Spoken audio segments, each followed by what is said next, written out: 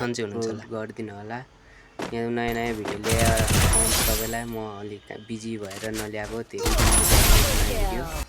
So एउटा भाइले मलाई अब 10 किलोको च्यालेन्ज दिएको छ। यो चाहिँ म च्यालेन्ज पुरा गर्छु 10 किलो हानेर सक्छु कि नै जस्ट मैले चाहिँ ट्राई गरेको। ल हेर्न सक्नुहुन्छ मैले यहाँ निकालिसकेँ 5 किलो त। अब यहाँ लुट बक्स पनि गरिसकेँ।